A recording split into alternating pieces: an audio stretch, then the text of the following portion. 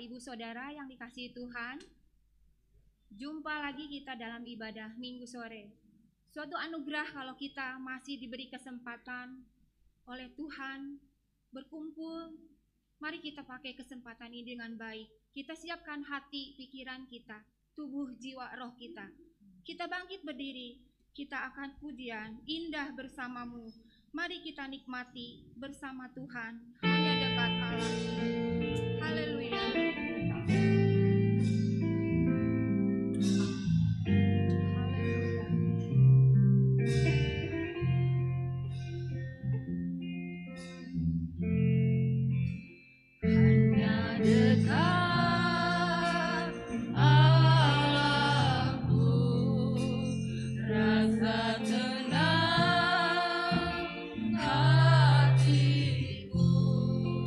Kau sertai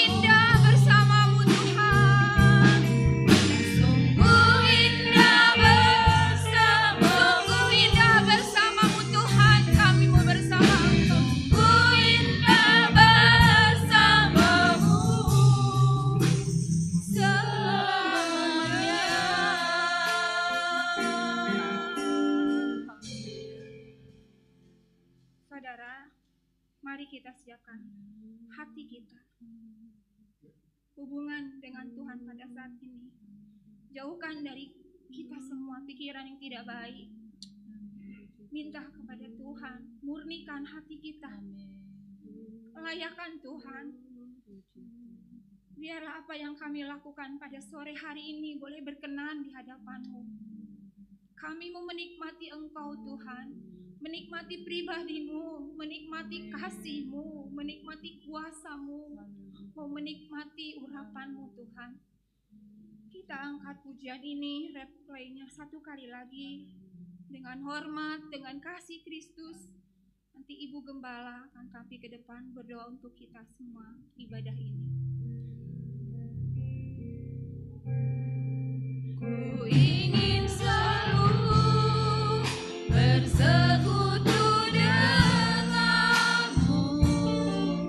menikmati hadiratmu, biarkan Roh-Mu tinggal dalam hidupku, sungguh indah bersamamu.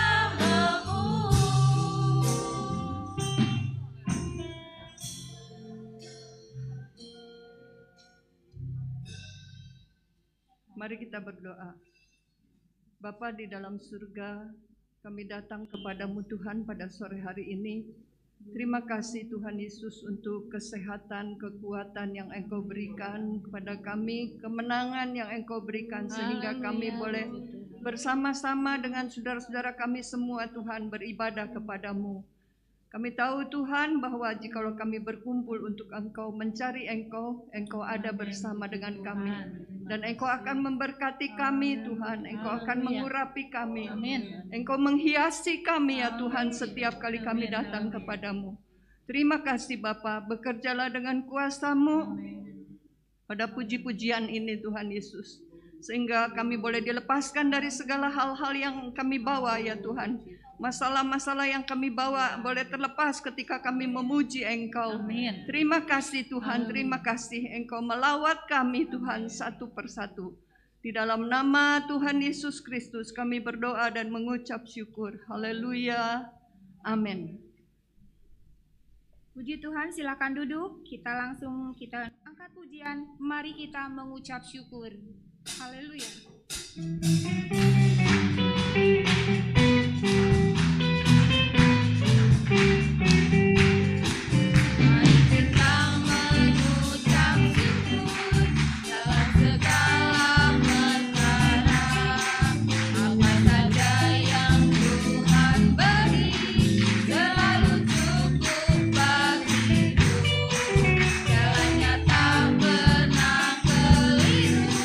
Rencananya baik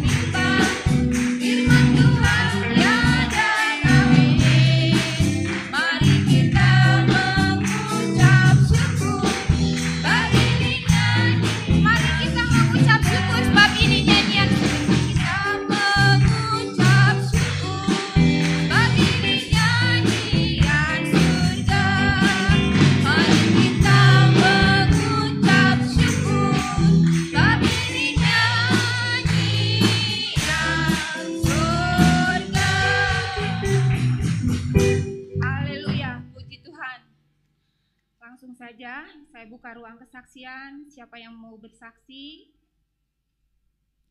silakan tampil ke depan. Kita angkat pujian. Yesus berikan lagu dalam hatiku.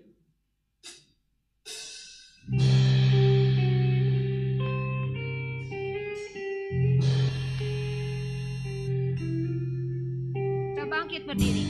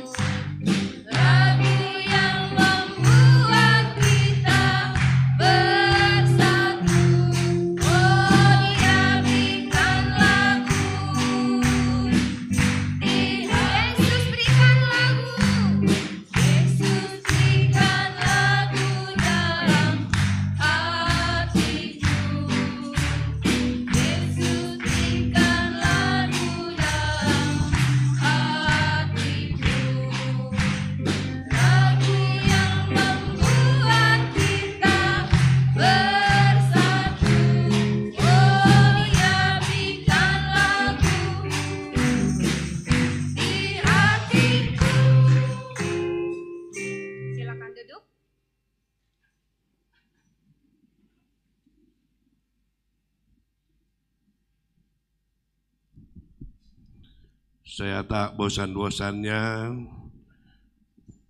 ada di tempat kuasa Tuhan ini. Hari Sabtu tadi istri saya cuci darah. Memang kalau di tempat cuci darah itu sebulan sekali ada aja yang dipanggil Tuhan. Sampai hati saya suka dek kalau dengar itu meninggal tuh. Hampir setiap bulan atau sebulan 2 kali. Tuhan tolong Tuhan beri kesehatan selalu kepada isi hamba-Mu. Umur panjang karena kuasa-Mu di sini hamba-Mu meminta kepada Engkau Tuhan. Supaya beri umur panjang kesehatan Tuhan. Dia sekarang tidak bisa bersama-sama berbakti karena ada sesuatu sesak Tuhan. Kami percaya para malaikat Tuhan ada di tempat ini bersama Yesus menjamahnya. Bersama malaikat di surga,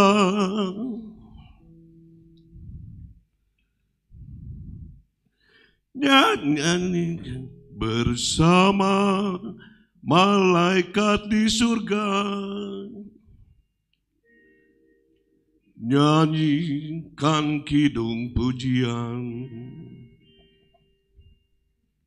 bermazmur Tuhan Yesus Tuhan. Memang hati saya lagi nggak enak Tuhan. Bersama malaikat di surga, nyanyikan kidung pujian, bermazmur bagimu, muliakan namamu, Yesus aku memujimu. Tanganku kuangkat padamu, masuk dalam hadiratmu, rasakan kasihmu, ku jadi milikmu. Yesus, aku menyembahmu.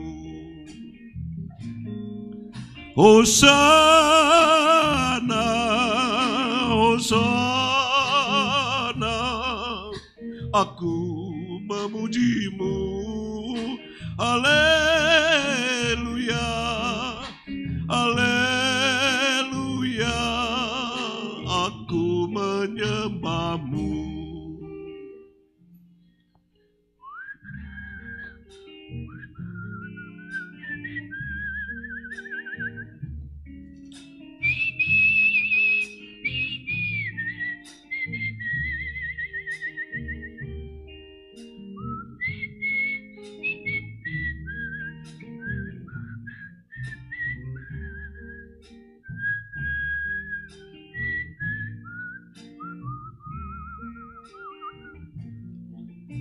Tanganku kuangkat padamu,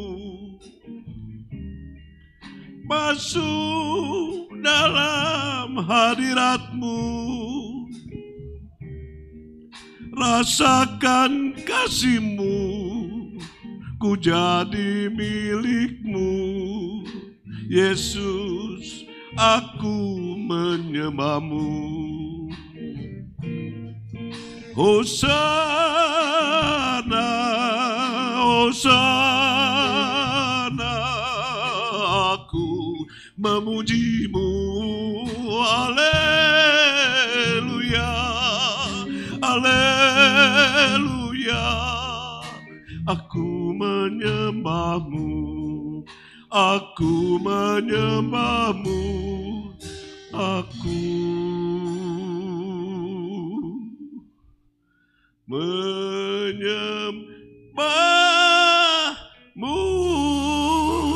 Aduh Tuhan, terima kasih. Haleluya. Puji Tuhan, ada lagi yang mau bersaksi? Puji Tuhan. Selamat sore, selamat berbakti lagi dalam kasih Tuhan kita Yesus Kristus. Puji Tuhan, oleh karena kemurahan Tuhan, saya dan orang tua saya, keluarga saya boleh ada sebagaimana ada karena kasih kemurahan Tuhan.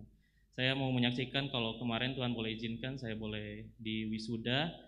Selama 3 tahun Tuhan telah pelihara saya, Tuhan telah berkati saya selama perkuliahan di Bandung, jauh dari orang tua, jauh dari keluarga. Tapi yang mau saya saksikan adalah penyertaan Tuhan sungguh terlalu nyata dalam kehidupan saya. Saya boleh Tuhan berkati dalam hal perkuliahan, dalam hal pergaulan, terlebih dalam hal kerohanian gitu ya. Tuhan boleh layakkan saya juga boleh melayani di kota yang belum pernah saya tinggal lama gitu ya di sana.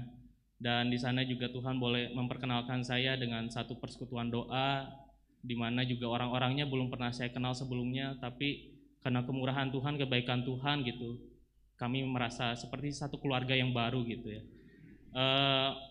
Saya juga mau menyaksikan kalau kelulusan di tengah-tengah masa pandemi ini sungguh sulit, tapi Tuhan menyertai saya di mana saya harus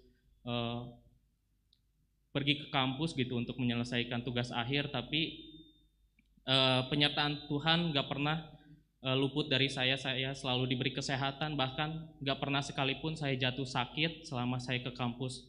Kalau dipikir secara logika, saya harus ke kampus setiap hari ketemu dosen, ketemu orang-orang yang banyak jumlahnya, tapi penyertaan Tuhan sungguh luar biasa gitu. Sehingga saya boleh lulus tepat waktu tahun ini, itu semua karena kemurahan Tuhan dan bukan kuat gagah saya. Segala hormat kemuliaan hanya bagi nama Tuhan. Haleluya. Haleluya. Segala pujian hanya bagi Tuhan. Saudara, mari kita bangkit berdiri, kita lanjut pujian kita angkat pujian bertambah dengan pakai gerakan ya, ikuti yang di depan. Siap.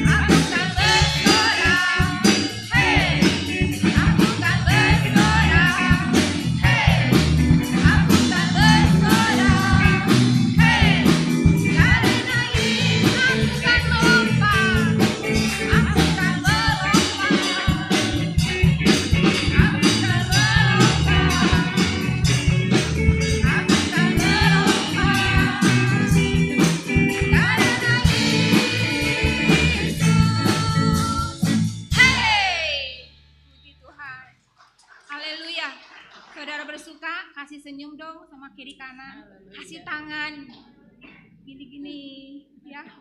Kita bersuka, kita boleh bertemu. Dengan bertemunya kita di tempat ini, di rumah Tuhan, kita boleh saling menguatkan, kita boleh saling meneguhkan iman kita untuk tetap kita kuat di dalam Tuhan. Di luar sana sangat membingungkan, di luar sana sangat menakutkan, tapi kita harus lebih dekat kepada Tuhan, mengutamakan Tuhan. Kita akan siapkan hati kita untuk diisi oleh firman Tuhan. Kita angkat pujian. Tak terbatas, betapa Tuhan tak terbatas. Haleluya.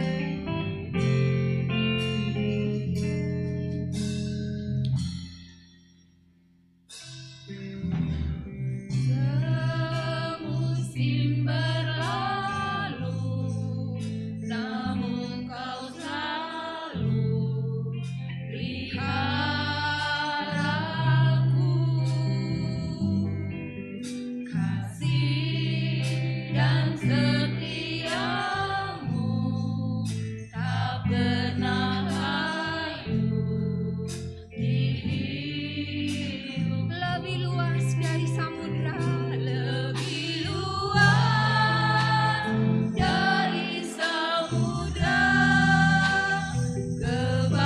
kebaikan-Mu Bapa takkan habis di hidup. lebih tinggi Lebih tinggi dari cakrawala, tak terbatas kasih-Mu. Sungguh ku bersyukur. Haleluya.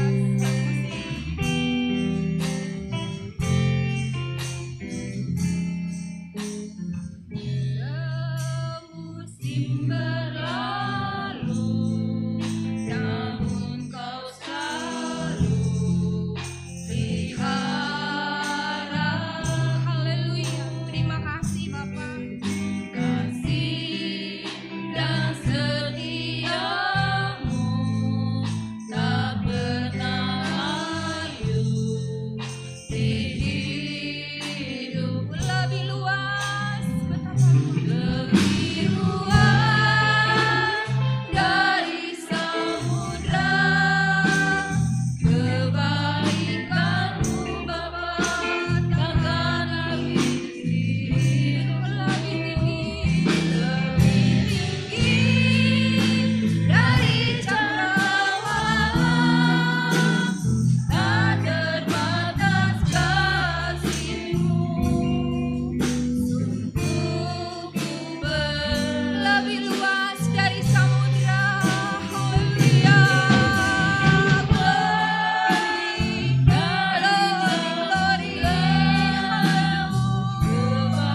kebaikan-Mu Bapa takkan habis Tuhan, glory. lebih tinggi dari cakrawala, tak terbatas kasih-Mu. Tak terbatas kasih-Mu.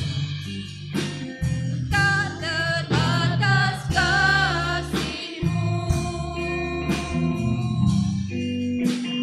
Tak terbatas kasih-Mu. Sungguh ku bersyukur.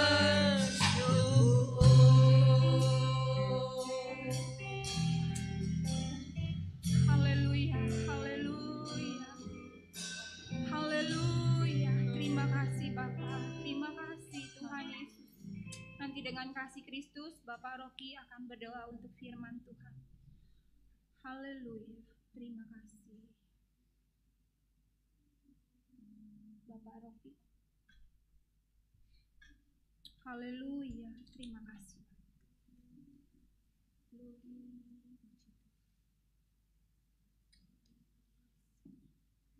Terima kasih. Saudara yang terkasih, mari kita berdoa. Segala puji, hormat, syukur, kemuliaan hanya untuk Tuhan Yesus. Haleluya. Terima kasih Tuhan buat kesempatan yang baik ini Tuhan. Haleluya. Kami ada di sini Tuhan, untuk kami boleh Tuhan, untuk kami sudah memuji dan memuliakan nama-Mu. Kiranya Tuhan pujian penyembahan kami Tuhan memuliakan nama-Mu. Hanya Tuhan yang disenangkan, hanya Tuhan yang dihiburkan juga Tuhan, sehingga pujian kami boleh menjadi kekuatan kepada kami semuanya Tuhan. Terima kasih Tuhan, sebentar lagi kami akan mendengarkan firman-Mu Tuhan. Kiranya Tuhan urapi hamba-Mu Tuhan, sembunyikan di belakang salib-Mu, sehingga Tuhan apa yang mulut bibir hamba-Mu Tuhan sampaikan itu berasal daripada-Mu Tuhan, sehingga kami yang mendengar Tuhan boleh diberkati oleh firman-Mu Tuhan, sehingga kami Tuhan, kami pulang tidak seperti kami datang juga Tuhan. Kami membawa berkat yang daripada-Mu Tuhan. Setiap permasalahan, setiap penyakit kami Tuhan, Engkau yang senantiasa menyembuhkan setiap jawaban pergumulan kami Tuhan. Engkau yang menyampaikan lewat firman-Mu, lewat hamba-Mu ini Tuhan. Terpujilah nama-Mu Tuhan, kami siap, kami akan duduk diam dan mendengarkan firman-Mu. Kami alaskan doa ini hanya di dalam nama Tuhan Yesus Kristus. Haleluya. Amin. Puji Tuhan, silakan duduk. Selamat menikmati firman Tuhan. Pelayanan selanjutnya saya serahkan kepada hamba Tuhan yang akan melayani.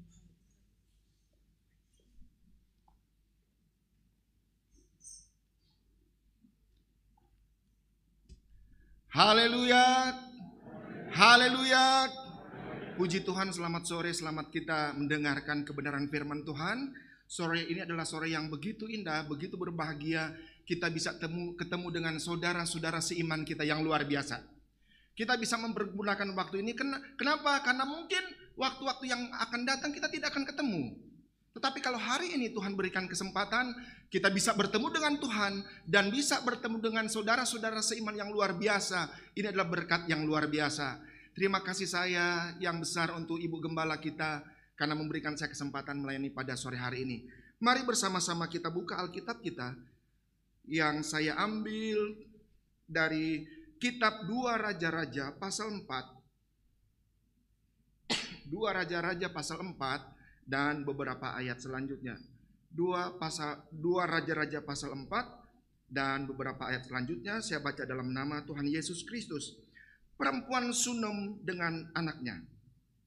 Pada suatu hari Elisa pergi ke Sunem.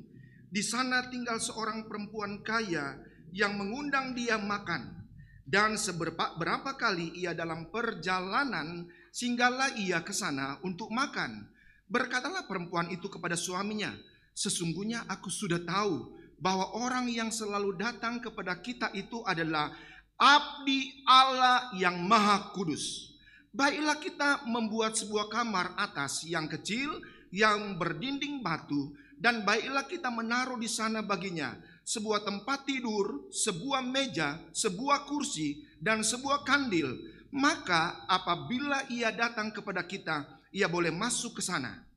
Pada suatu hari datanglah ia, maksudnya abdi Allah itu, ke sana, lalu masuklah ia ke kamar atas itu dan tidur di situ. Kemudian berkatalah ia kepada Gehasi bujangnya, panggillah perempuan Sunem itu. Lalu dipanggilnyalah perempuan itu dan dia berdiri di depan Gehasi. Elisa telah berkata kepada Gehasi, cobalah katakan kepadanya, sesungguhnya engkau telah sangat bersusah-susah seperti ini untuk kami. Apakah yang dapat kuperbuat bagimu? Adakah yang dapat kubicarakan tentang engkau kepada raja atau kepada tentara? Jawab perempuan itu, aku ini tinggal di tengah-tengah kaumku. Sampai di sini dulu. Sunem adalah sebuah desa kecil yang terletak di kerajaan Israel. Penduduk Sunem adalah keturunan dari suku Isakar. Kita ingat bahwa Israel mempunyai 12 suku. Suku Ruben, Simon, Lewi, Yahuda, dan yang lain-lain. Orang Isakar mendapat pembagian warisan itu tanah ini.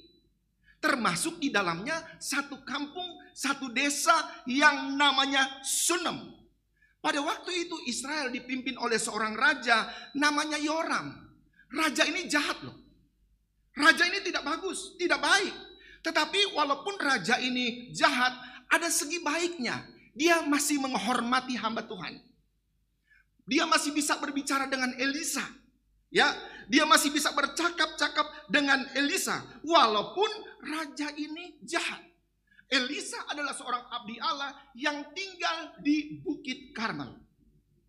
Berhubung tugasnya sebagai seorang abdi, seorang hamba Tuhan, dia akan keliling Israel dari kampung ke kampung, dan kalau misalnya dia lewat di Sunem, dia akan singgah di rumah perempuan yang kaya ini. Perempuan ini akan menjamu dia, memberikan dia makan, dan itu terjadi setiap kali Elisa lewat di kampung Sunem dan dia diundang oleh perempuan yang kaya ini. Perempuan ini berpengaruh loh. Dia orang kaya, dia berpengaruh, dia perempuan hebat, tetapi perempuan ini punya hati yang baik. Amin.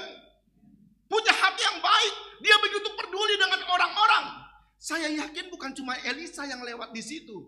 Ada orang-orang lain yang lewat di situ, mungkin sudah malam, kelaparan, dia panggil, dia kasih makan. Dan ini adalah satu kebiasaan yang luar biasa. Kebiasaan yang dimiliki oleh perempuan ini. Ayat 8, Elisa singgah di Sunem dan dia dijamu oleh perempuan yang kaya itu. Pada suatu hari Elisa pergi ke Sunem. Di sana tinggal seorang perempuan kaya yang mengundang dia makan. Dan seberapa kali ia dalam perjalanan, singgahlah ia ke sana untuk makan. Perempuan ini tidak pelit loh. Setiap kali orang datang, termasuk hamba Tuhan, dikasih makan sama dia. Tidak pakai bon loh saudara. Tidak pakai bon. Gratis makan. Makan sama seperti orang Manado. Makan sepuasnya. Perut bisa lari kiri, lari kanan. Tapi tidak apa-apa. Makan. Ini hebatnya perempuan Sunem ini yang kaya ini. Kemudian satu kali dia bilang begini sama suaminya.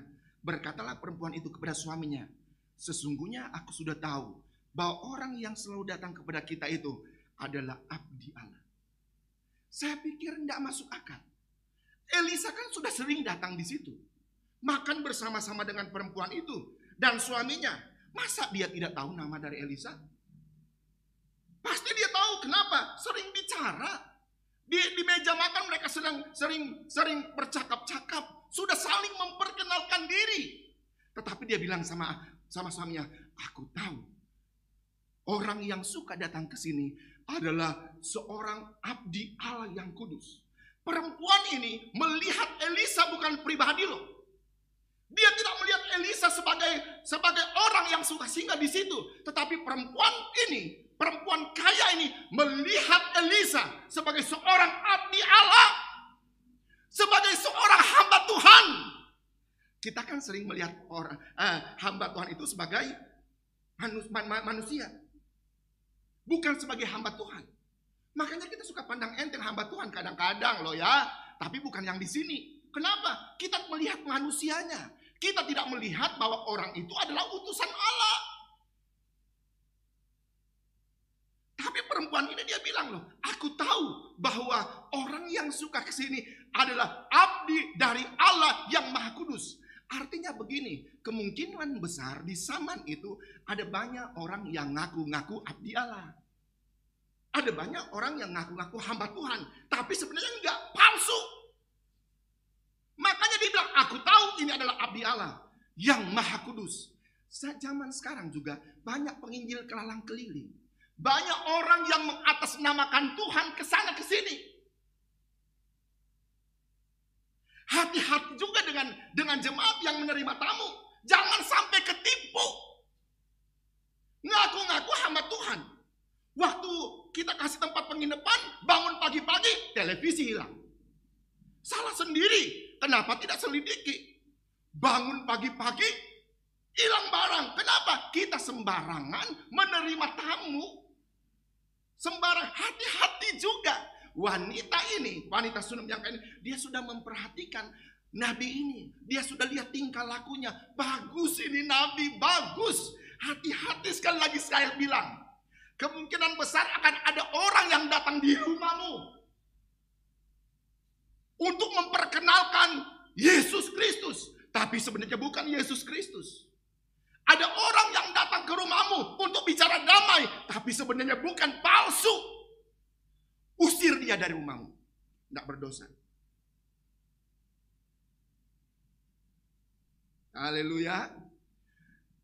Baiklah ayat 10. baiklah kita membuat sebuah kamar atas yang kecil, yang berdinding batu, dan baiklah kita menaruh di sana baginya sebuah tempat tidur, sebuah meja, sebuah kursi, dan sebuah kandil. Maka apabila ia datang kepada kita, ia boleh masuk ke situ.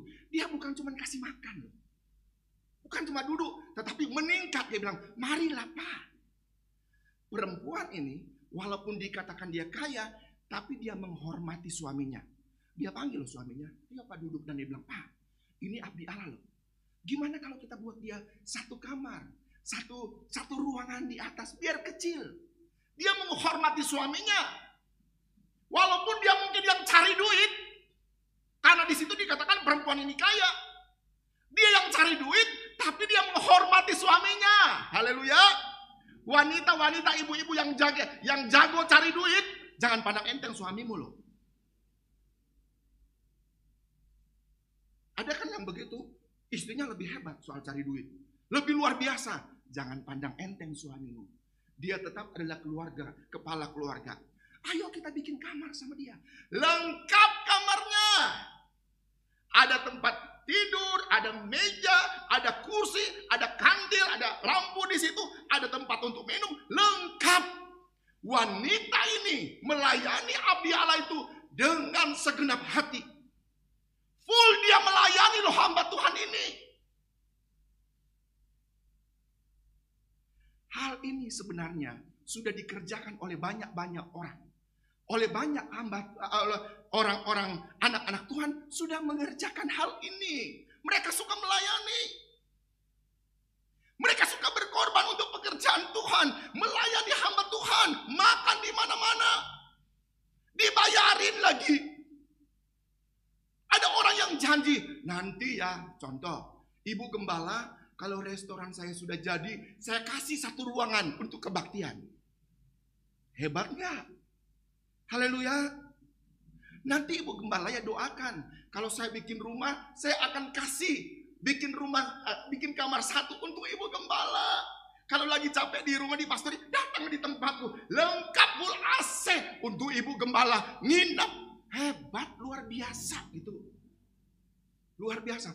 Tapi bangunannya sudah ada, restorannya sudah ada, rumahnya sudah ada, tidak ada suara untuk Ibu Gembala. Tidak ada suara untuk hamba Tuhan. Ada spring bednya, ada macam-macam. Spring bednya sudah hancur, televisinya sudah hancur, mejanya sudah ambruk.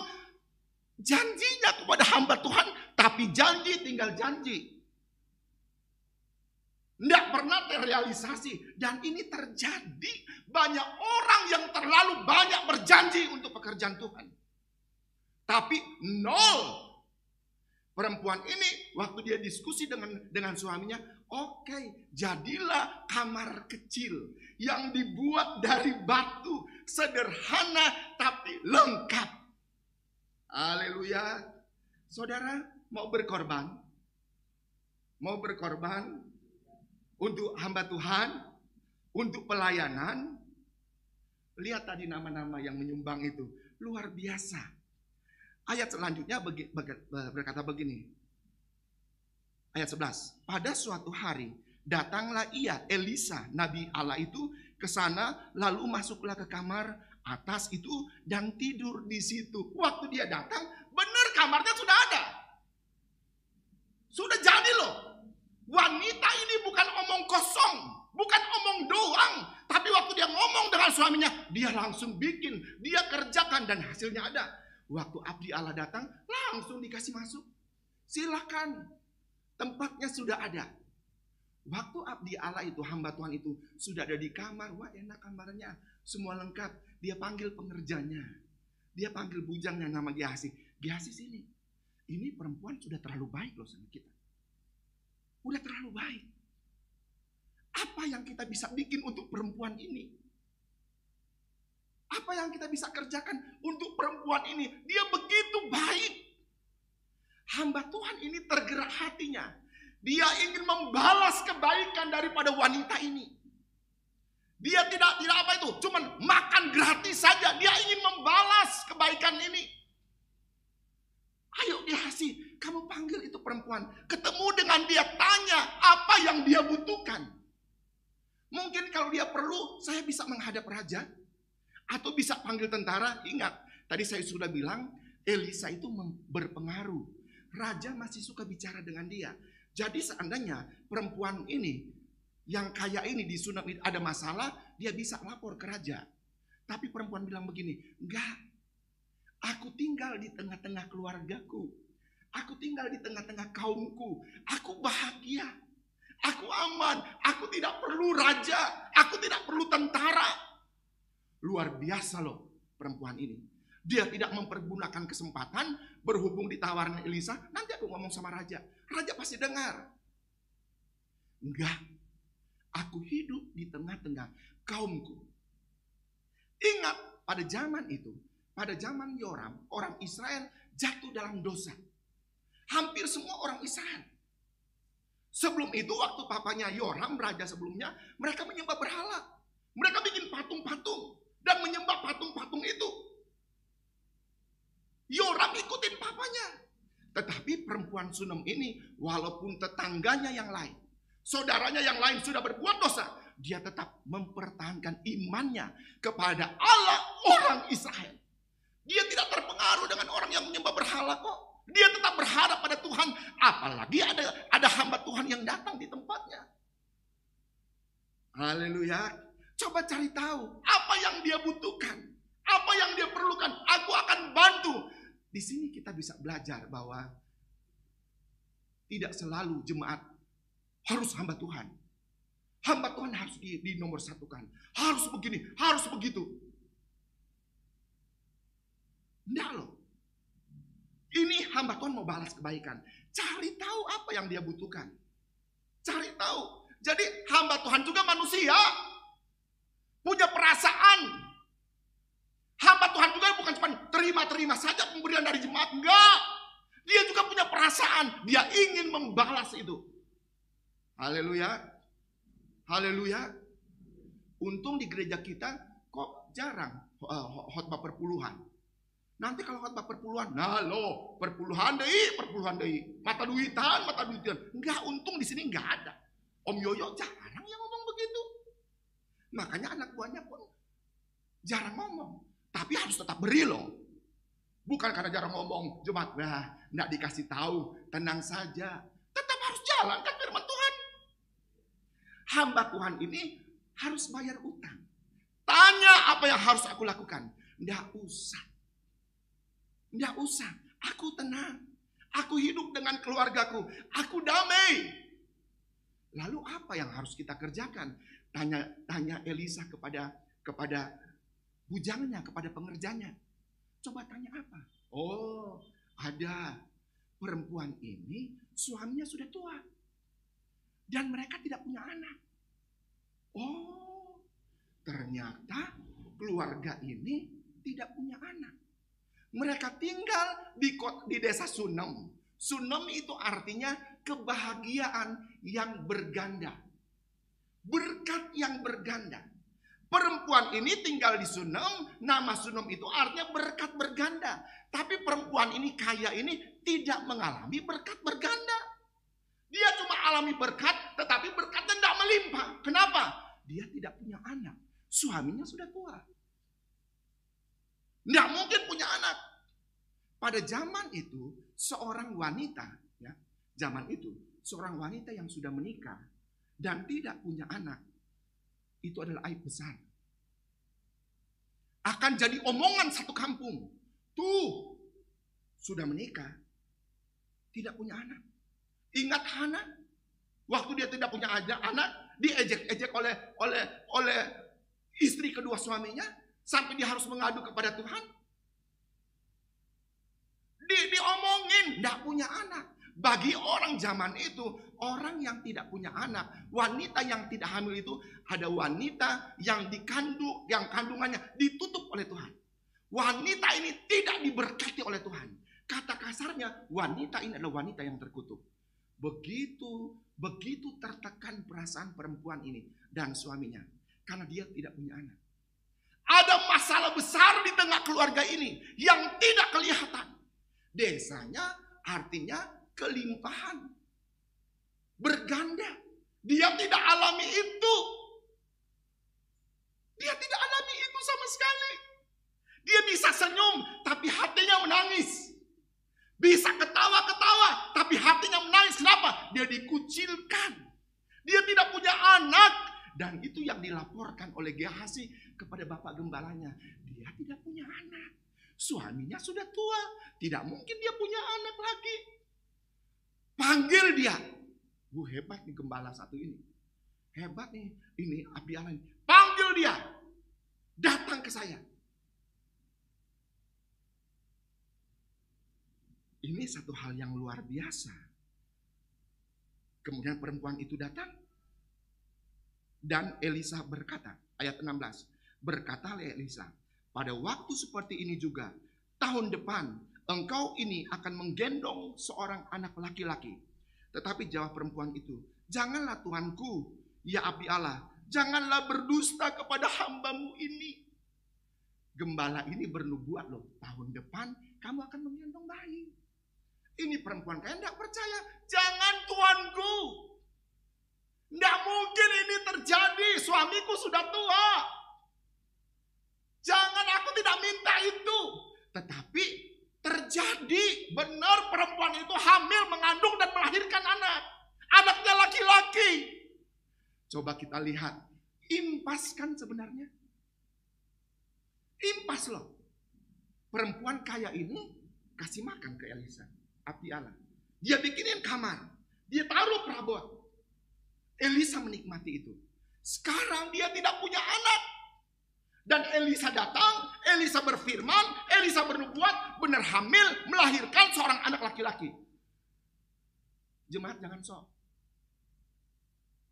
Jangan kira tidak butuh Tuhan. Jangan kira tidak butuh hamba Tuhan. Butuh hamba Tuhan. Hamba Tuhan juga butuh jemaat. Makanya Om Yoyo bikin lagu. Kesukaan dari Tuhan kekuatanmu. Tapi kesukaan dari Tuhan juga adalah kekuatanku. Waktu hamba Tuhan lemah, waktu hamba Tuhan susah, jemaat kasih kekuatan dong. Jangan diomongin. Waktu hamba Tuhan susah, lemah, jemaat berdoa untuk hamba Tuhan biar kuat. Haleluya. Sudah berdoa untuk hamba Tuhan? Waktu jemaat susah, waktu jemaat lemah, hamba Tuhan akan berdoa biar jemaat kuat. Haleluya. Ada memberi dan menerima. Jangan menghakimi hamba Tuhan. Hamba Tuhan cuma tahu terima. Enggak. Ada memberi dan ada menerima. Haleluya. Mungkin nanti saya pulang ada yang SMS sama saya. Kenapa khotbahnya begitu? Enggak apa-apa orang Tuhan kasihnya begitu. Saya enggak peduli orang Tuhan suruhnya begitu. Saya kan tidak menerima khotbah pesanan. Saya tetap dapat kolekta dari tante. Walaupun jemaat tidak kasih kolekta. Karena khotbah saya menjengkelkan mungkin. Tidak apa-apa, entah naon. Melahirkannya dapat anak laki-laki. Ayat selanjutnya, ayat 18. Setelah anak itu menjadi besar. Papanya kerja di ladang, anak ini rajin. Dia datang ke papanya. Waktu dia datang ke papanya mungkin buat makanan, tiba-tiba dia sakit kepala. Anak ini jatuh. Diambil oleh papanya, panggil mamanya datang. Waktu anak itu sampai di mamanya, tidur di pangkuan mamanya, meninggal anak ini. Anak cowok, satu-satunya, andalan keluarga akan menerima warisan, kan orang kaya. Mati loh. Coba itu dialami oleh keluarga, oleh saudara. Anak yang ditunggu lama-lama, suami sudah tua.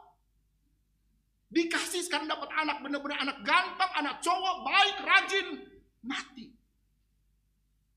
Waduh. Saya rasakan akan sedih dong. Bukan cuma memang sedih nih satu keluarga ini. Keluarga ini si mamanya, bukan papanya loh. Perempuan ini bilang sama papanya, siapin aku keledai. Siapin. Kamu mau kemana? Saya mau ke abdi Allah itu. Saya mau ke pendeta itu. Saya mau ke hamba Tuhan itu. Mau ngapain dia? Kan tidak ada. Kalau bulan-bulan begini dia tidak ada. Dia lagi di rumahnya. Nggak, siapin saja. Saya akan pergi dan ketemu dengan dia. Perempuan ini begitu peka. Dia ingat bahwa anaknya lahir karena janji, karena nubuatan seorang hamba Tuhan. Sekarang anaknya meninggal, dia mau cari hamba Tuhan itu. Dia mau cari hamba Tuhan itu. Saya mau ketemu hamba Tuhan itu. Suaminya larang, jangan, tidak usah. Suruh taruh keledai. Ambil pembantu, antar saya ke sana. Karena kekeh nih perempuan, nih ibu ini, ayo dia pergilah. Waktu dia sampai di sana, pengerjanya Gehazi lihat. Aduh, Abiala, Bapak Gembala, itu ada wanita yang dulu kita suka nginep, datang. Sambut dia, sambut. Sambut. Si wanita ini mau sujud, mau berlutut di depan Bapak Gembala, di depan Elisa. Gehazi bilang, jangan. Tidak boleh sujud di depan Bapak Gembala saya. Bapak Gembala bilang, biarin saja. Tuhan menyembunyikan sesuatu yang kita tidak tahu.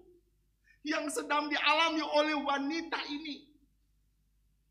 Kemudian wanita ini bilang begini. Mana tuh ya?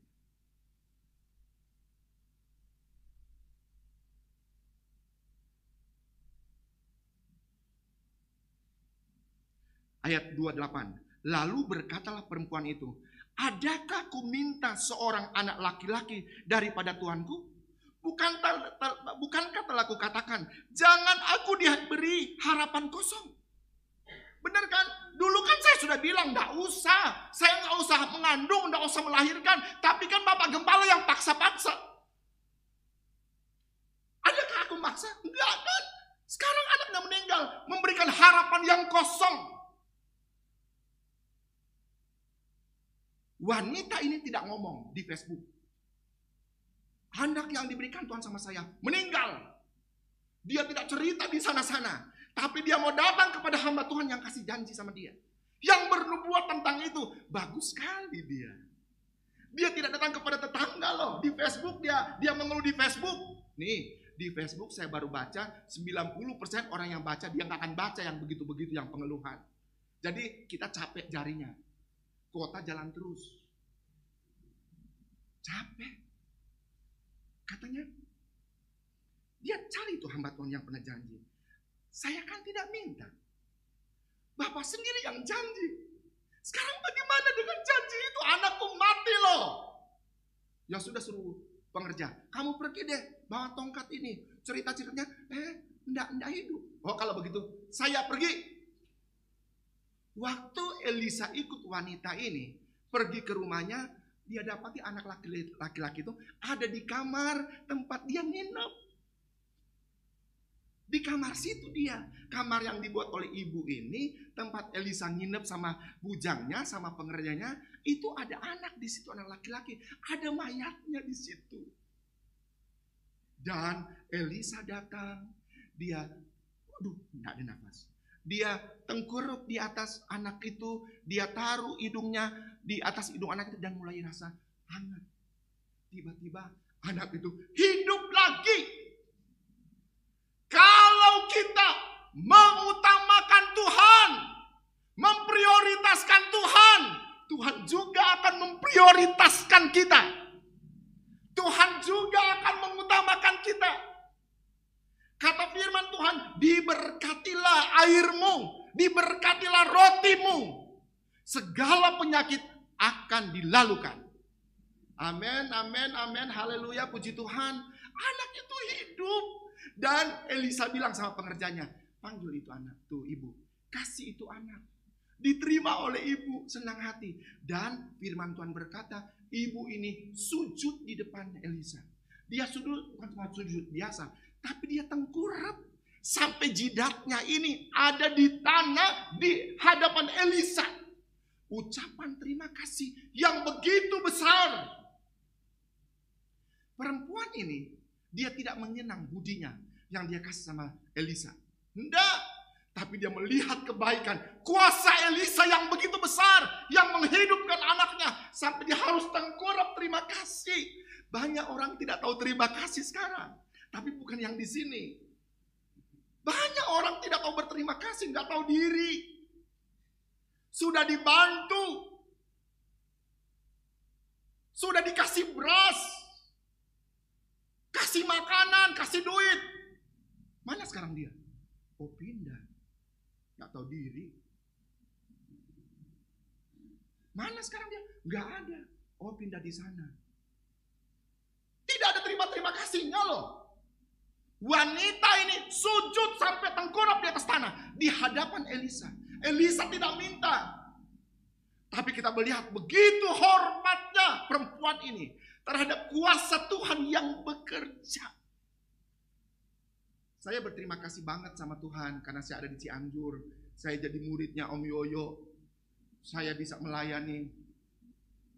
Kalau tidak dengan Om Yoyo mungkin saya tidak tahu jadi apa ya. Belum tentu jadi hamba Tuhan walaupun sekolah Alkitab. Zaman dulu ada orang bilang, Ruben, keluar kau dari SAC. Pelayanan besar. Jangan katanya visimu terhalang oleh tembok-tembok SAC. Katanya begitu. Kamu keluar, nanti kamu pelayanan. Nanti saya bantu. Ngomong doang. Kalau saya ikutin kata-katanya, saya keluar dari sini, nggak tahu saya jadi apa. Gembala nggak kali. Apalagi musim corona begini, banyak gembala yang kayaknya mau angkat tangan, menyerah. Perempuan ini mengucapkan terima kasih yang luar biasa. Sekali lagi, waktu kita memprioritaskan Tuhan, Tuhan akan memprioritaskan kita. Om Yoyo bilang, Tuhan tidak akan berhutang sama kita. Dia akan ganti itu. Dan perempuan ini mengalami hal itu. Cerita ini bukan cuma berhenti di sini saja loh. Bahwa anak itu sudah dihidupkan, tetapi di dalam 2 Raja-Raja pasal 8, 2 Raja-Raja pasal 8 ada judul di situ, Raja menolong perempuan Sunam. Jadi ceritanya begini, karena orang Israel banyak yang berdosa, karena rajanya berdosa, Raja Yoramnya berdosa, Tuhan hukum. Ada apa di Israel termasuk di Sunam itu? Ada kelaparan. Ada kelaparan di situ dihukum oleh Tuhan.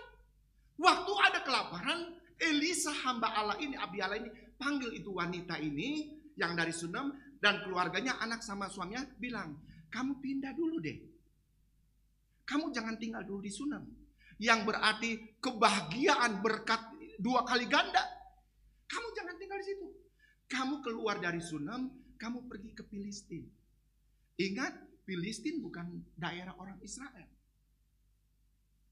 Filistin adalah daerah orang yang tidak mengenal Allah Israel.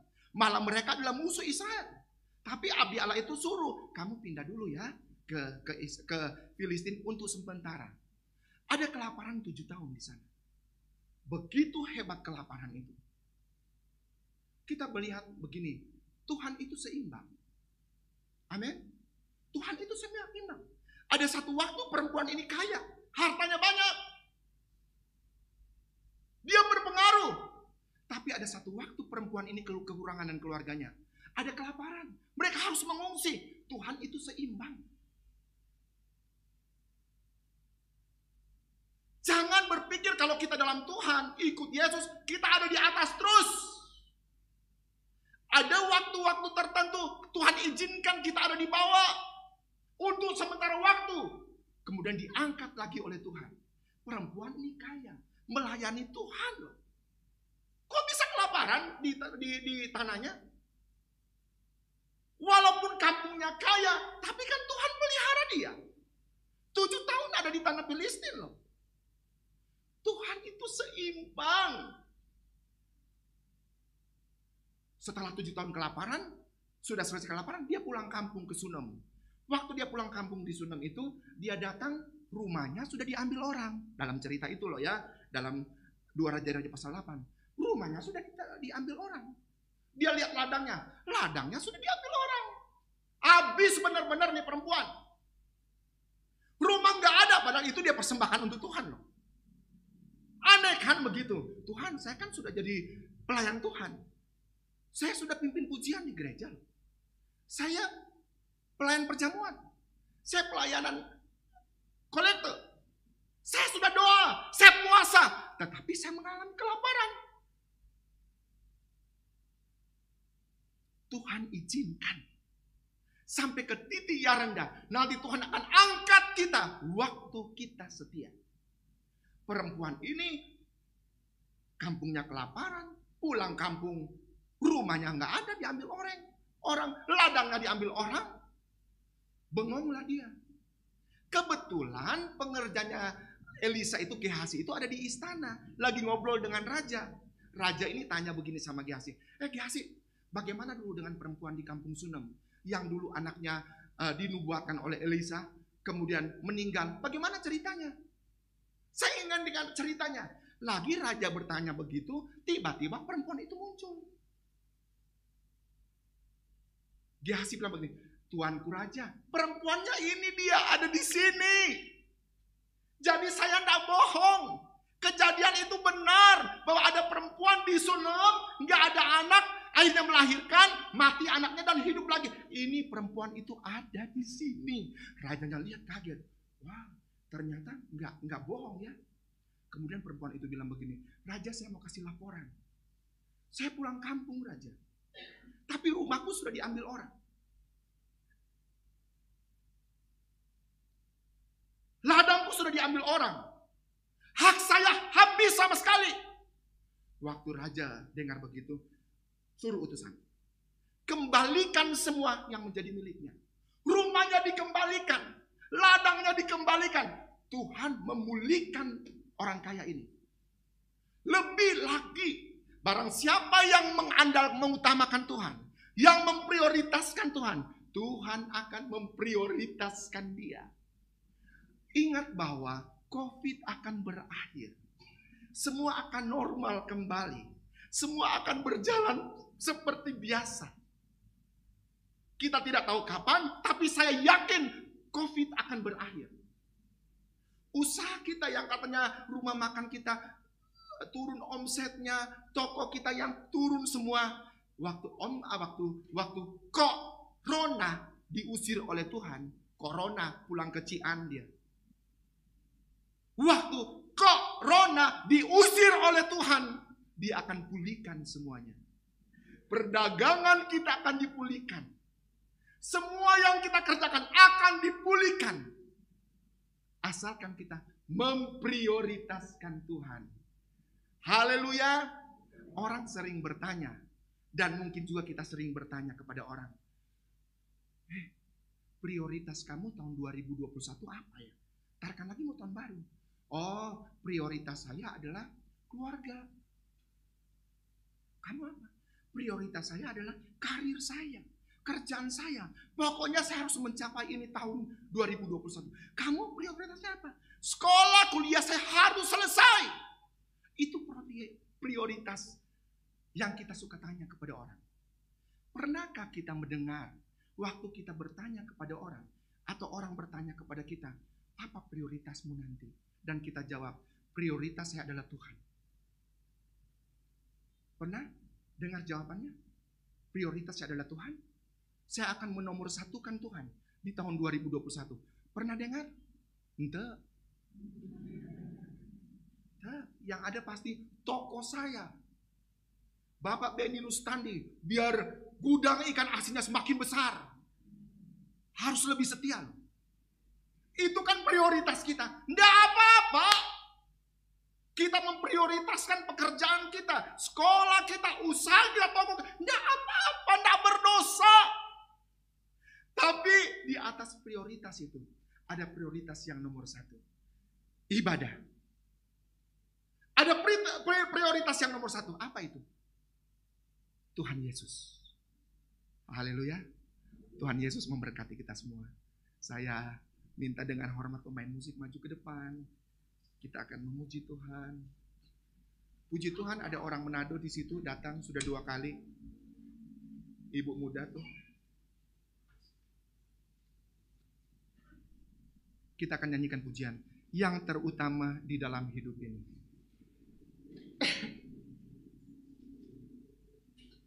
Haleluya, puji Tuhan. Amin, haleluya, glory, amin.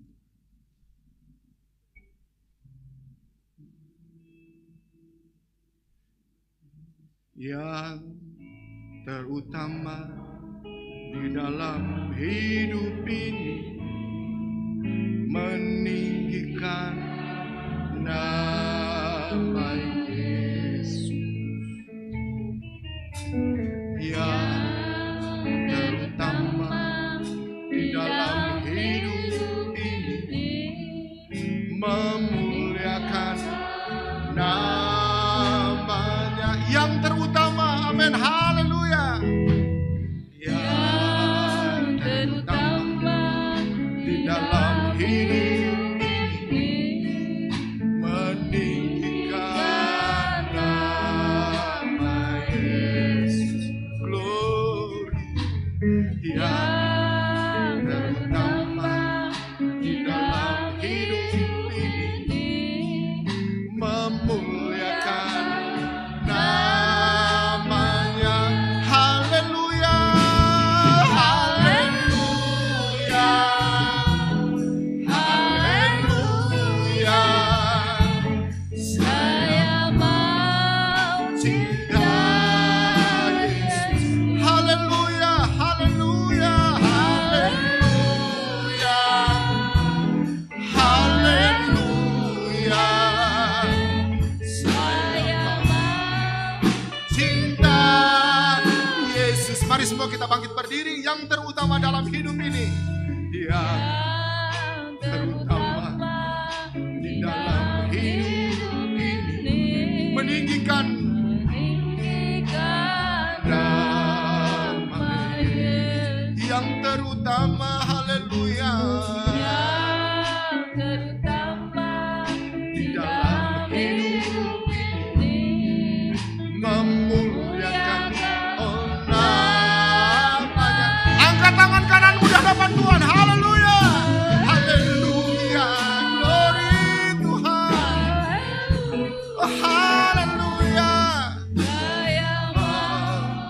Cinta Yesus. Haleluya, puji Tuhan. Oh, haleluya. Amin, amin, amin, amin. Cinta.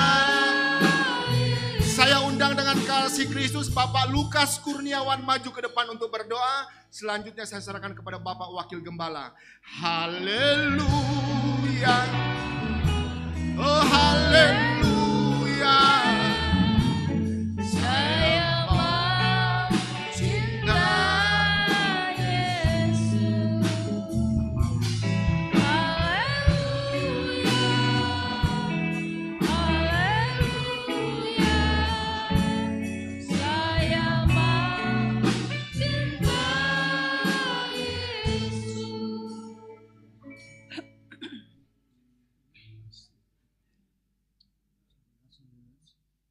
Semua mari kita berdoa. Bapa kami dalam surga, Bapa kami dalam nama Tuhan Yesus Kristus, sungguh kami bersyukur kepadamu Tuhan. Kau adalah Allah yang sangat baik dalam kehidupan kami Tuhan. Kau begitu baik Tuhan. Kau begitu memperhatikan setiap langkah-langkah kami Tuhan. Terima kasih untuk keadaan kami pada saat ini Tuhan. Terima kasih. Kami mau serahkan segala kehidupan kami dalam tangan-Mu Tuhan. Di masa-masa pandemi ini pun kami mau serahkan segalanya dalam tangan-Mu. Kaulah yang akan memulihkan segala-galanya Tuhan. Kaulah yang akan mengembalikan segala-galanya Tuhan. Kaulah Allah yang hidup. Kau Allah yang peduli terhadap kami semua.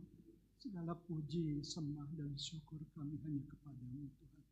Terima kasih Bapak kalau sore ini kami masih boleh mendengarkan firman-Mu. Amin. Kami boleh menerima kekuatan daripada firman-Mu di sore ini Tuhan. Terima kasih Tuhan. Terima kasih. Dalam nama Tuhan Yesus Kristus kami perolehkan ini. Haleluya. Puji Tuhan, saudara kekasih, kita sudah diberkati oleh Tuhan Yesus melalui firman Allah yang disampaikan oleh hamba-Nya. Tiba saatnya kita akan berikan korban syukur kita. Persembahan dijalankan 2 kali. Kita nyanyikan pujian hati yang gembira adalah obat, nanti langsung dimedleykan dengan pujian yang lain. Hati yang gembira